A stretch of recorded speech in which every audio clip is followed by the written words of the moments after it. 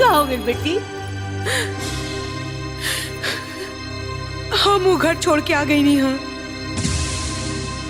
बाकी का है?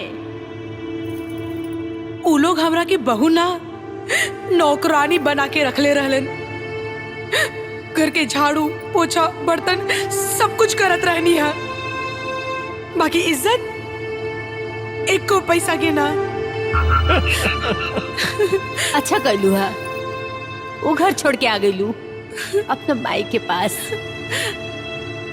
जा नहा धो के आराम कर।